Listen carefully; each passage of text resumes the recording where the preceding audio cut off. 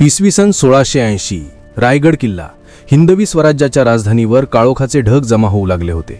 छत्रपती शिवाजी महाराज पर्वतासारखी जिद्द आणि वादळासारखा वेग असलेला राजा अचानक आजारी पडले।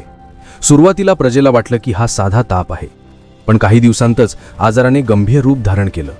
महाराजांना तीव्र पोटदुखी, जुलाब आणि अशक्तपणाने ग्रासलं। सावासत बखर आणि नंतर सर जदुनाथ सरकारांचे शिवाजी अँड हिज टाइम्स यात स्पष्ट लिहिलं आहे की महाराजांना डिसेंट्री म्हणजे आंत्रविकारामुळे मृत्यू झाला।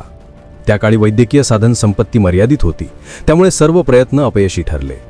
मात्र इतिहासकारांमध्ये अजून एक वादग्रस्त मत आहे।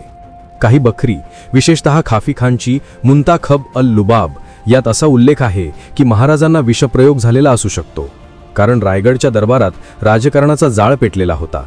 मोठा मुलगा संभाजी शूर पण स्वभावाने उग्र, धाकटा मुलगा राजाराम अजून कोवळ्या वयाचा, पण त्याच्यामागे महाराजांची पत्नी सोयराबाई आणि त्यांचा गट उभा होता।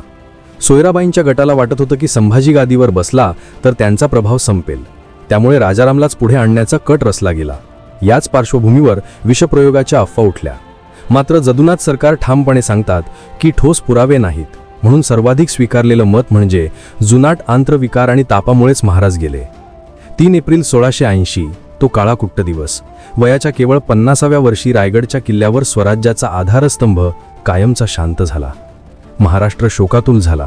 जनतेला वाटलं आपलं छत्र हरवलं, आता काय होणार। रायगडच्या किल्ल्याच्या भिंती दुःखाने थरथरल्या, पण त्याचवेळी दरबारात सत्तेची खेळी सुरू झाली। महाराजांच्या चितेसमोरच कटकारस्थानं रचली जात होती। सोयराबाईंच्या गटाने तातडीने राजारामला गादीवर बसवण्याचा प्रयत्न केला, पण संभाजीराजे काही साधे नव्हते। ते किल्ल्यावर धडकले, आपल्या समर्थकांच्या बळावर सिंहासन ताब्यात घेतलं आणि मराठा साम्राज्याच्या पुढील लढाईची जबाबदारी उचलली।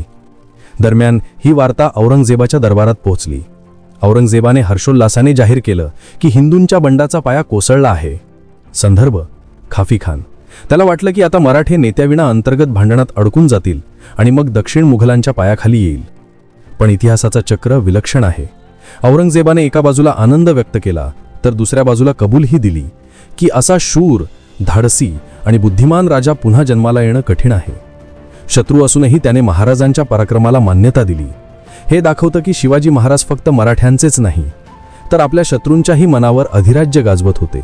शिवाजी महाराजांचा मृत्यू म्हणजे फक्त एका राजाचा अंत नव्हता, तो होता एका युगाचा अंत आणि त्याचवेळी नव्या युगाची सुरुवात। महाराज गेले, पण त्यांची स्वराज्याची ज्योत विझली नाही। उलट संभाजी महाराजांनी पुढे सिंहासनावर बसून औरंगजेबाशी सरळ टक्कर घेतली। नंतर राजाराम महाराज आणि पुढे ताराबाई राणी यांनी हा लढा चालू ठेवला आणि ज्या दिवशी औरंगजेबाला वाटलं की मराठे संपले, त्या दिवशी प्रत्यक्षात मुघल साम्राज्याच्या अधोगतीची सुरुवात झाली होती। म्हणूनच इतिहासकार लिहितात की शिवाजी महाराजांचा मृत्यू दुर्दैवी असला तरी त्यांची परंपरा, त्यांची विचारधारा आणि त्यांचा संघर्ष हा मृत्यूच्या पलीकडेही जिवंत राहिला।